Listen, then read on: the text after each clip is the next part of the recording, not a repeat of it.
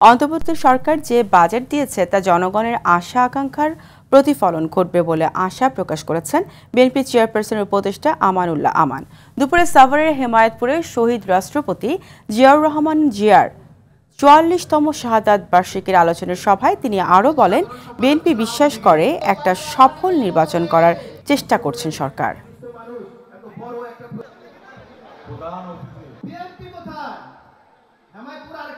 বিগত খুনি ফ্যাসিস্ট আওয়ামী সরকার আমলে যে বাজেট প্রদান করা হয়েছিল সেই বাজেটের বৃহৎ অংশ তারা লুটতরাজ করেছে, চুরি করেছে, ডাকাতি করেছে এবং সেই টাকা পাচার করেছে। আজকে অন্তর্বর্তীকালীন সরকার যে বাজেট দিচ্ছে অবশ্যই জনগণের আশা আকাঙ্ক্ষার প্রতিফলন ঘটবে এবং তাদের প্রত্যাশা পূরণ হবে, এটাই আমাদের বিশ্বাস।